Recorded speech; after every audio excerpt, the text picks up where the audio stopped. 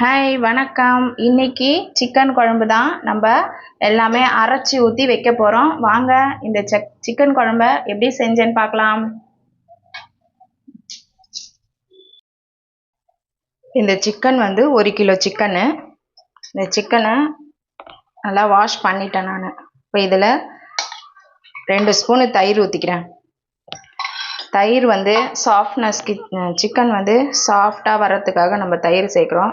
மஞ்சத்தூள் ஒரு 1/2 ஸ்பூன் சேர்த்துருக்கேன். சின்ன ஸ்பூனில் 1/2 ஸ்பூன் சேர்த்துருக்கேன். மஞ்சத்தூள் இந்த சிக்கனோட ஸ்மெல் இல்லாமல் இருக்கணுன்றதுக்காக, ஒரு மாதிரி அந்த நீச்சி வாடைன்னு சொல்லுவாங்கள்ல, அது இல்லாமல் இருக்கணுன்றதுக்காக. இதில் உப்பு கொஞ்சமாக அது ஏறணுன்றதுக்காக, சிக்கனில் கொஞ்சம் உப்பு ஏறணுன்றதுக்காக இந்த உப்பு. தனி மிளகாத்தூள் இதுவும் 1 ஸ்பூனு. இப்போ இதை மிக்ஸ் பண்ணிக்கலாம்.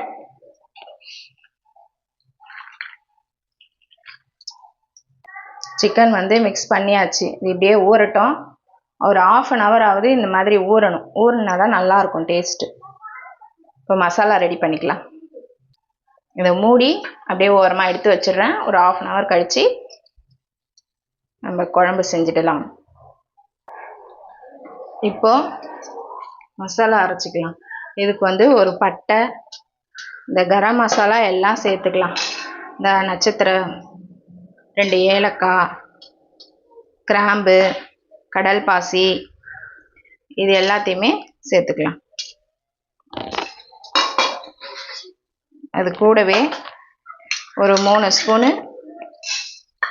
தனியா,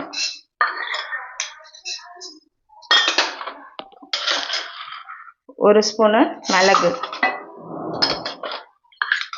சோம்பு 1 ஸ்பூனு, சீரகம் ஒரு 1/2 ஸ்பூனு. இது கூடவே 1 ஸ்பூன் அரிசி சேர்த்துக்கிறேன். இப்போ ஸ்டவ்வை பற்ற வச்சு நம்ம வறுத்துக்கலாம்.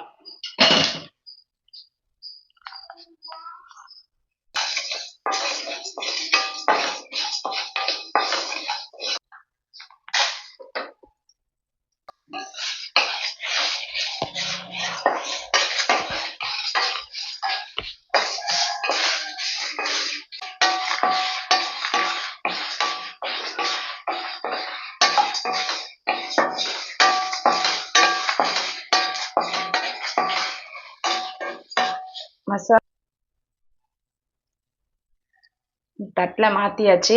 மாற்றிட்டு ஆறுனதுக்கப்புறமா இதை அரைச்சி எடுத்துக்கலாம். மசாலா நல்லா வறுத்து வாசனை கம கமன்னு வருது. இப்போ இதில் ஒரு 2 தேங்காய் சேர்க்குறேன். இந்த தேங்காவையும் வறுத்துக்கலாம். இதை வறுத்துட்டு அந்த மசாலா கூடவே சேர்த்து அரைச்சிடலாம்.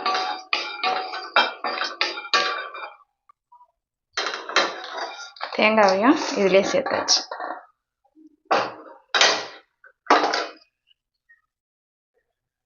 இப்போ 3 ஸ்பூன் எண்ணெய் ஊற்றிருக்கேன். அதே கடாயில் எண்ணெய் காஞ்சதுக்கப்புறமா இதில் 1 ஸ்பூனு சோம்பு சேர்த்துக்கலாம். சோம்பு சேர்த்து சோம்பு பொரிஞ்சதுக்கப்புறம் இதில் வந்து இதுலேயும் பட்டை கிராம்பு சேர்க்குறதா இருந்தால் சேர்க்கலாம். இல்லை ஓவர் ஸ்மெல்லாக இருக்கும் வேண்டான்னு நினைக்கிறவங்க விட்டுறலாம். நான் சேர்க்கல. இப்போ இதில் வெங்காயம், அதே மாதிரி வெங்காயம் கூட சின்ன வெங்காயம் சேர்த்திங்கன்னா இன்னும் குழம்பு நல்லா டேஸ்ட் இருக்கும். நான் பெரிய வெங்காயம் தான் சேர்க்குறேன்.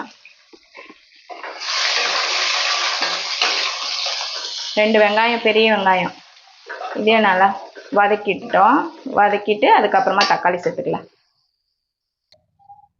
வெங்காயம் கலர் மாதிரி வந்திருக்கு. இந்த அளவுக்கு வதங்கி வந்தால் போதும். கண்ணாடி பதம்னு சொல்லுவாங்கள்ல, அந்த அளவுக்கு. ஒரு 2 தக்காளி, 2 வெங்காயம் 2 தக்காளி சேர்த்துருக்கேன். இப்போ இதையும் வதக்கி எடுத்துக்கலாம். தக்காளியும் ஓரளவுக்கு நல்லா வதங்கியிருக்கு.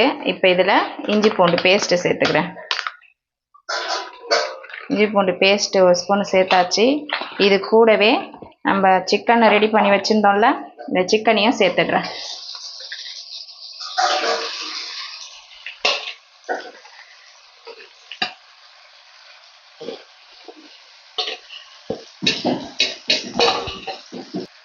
இப்போ இதை வந்து பரட்டி பரட்டி விட்டு கொஞ்ச நேரம் மூடி வைக்கலாம். மூடி வச்சுட்டு கொஞ்ச நேரம் பொறுத்து மறுபடியும் திருப்பி விடலாம். இப்படி ஒரு 5 நிமிஷமா வதக்கி விட்டுட்டு அதுக்கப்புறமா நம்ம அரைச்ச மசாலாவை சேர்த்துக்கலாம். மூடி வைக்கிறேன் நான் இப்போ.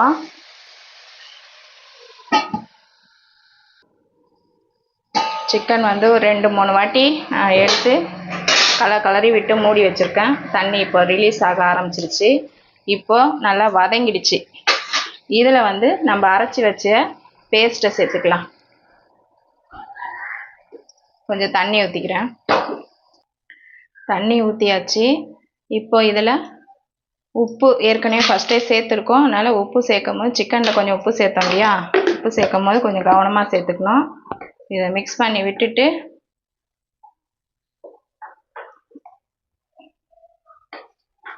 ஒரு 7லேருந்து ஒரு 8 நிமிஷம் கொதிக்க விட்டுக்கலாம். மூடி வைக்கிறேன்.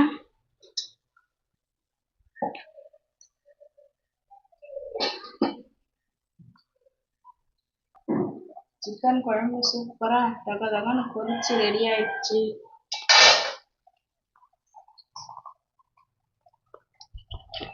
நம்ம போட்ட சிக்கனும் நல்லா வெந்து வந்துருச்சு.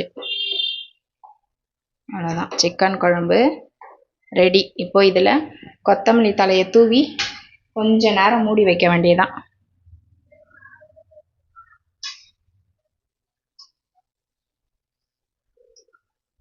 அவ்வளோதான், ஸ்டவ் ஆஃப் பண்ணிடுறேன்.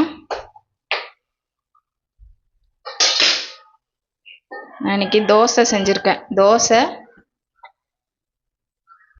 சிக்கன் குழம்பு ரெடி ஆயிடுச்சு. தோசையும் நான் சுட்டு வச்சுட்டேன். பசங்க மட்டும் வெயிட்டிங்க, வந்த உடனே சாப்பிட வேண்டியதான். தேங்க்யூ, தேங்க்ஸ் ஃபார் வாட்சிங். பசிக்குதுமா, சாப்பிட்றீங்களா? தோசை வைக்கவா? என்ன எல்லாம் ஒன்று ஒட்டின்னு. தேங்க்யூ, தேங்க்ஸ் ஃபார் வாட்சிங். ஓகே, பாய்.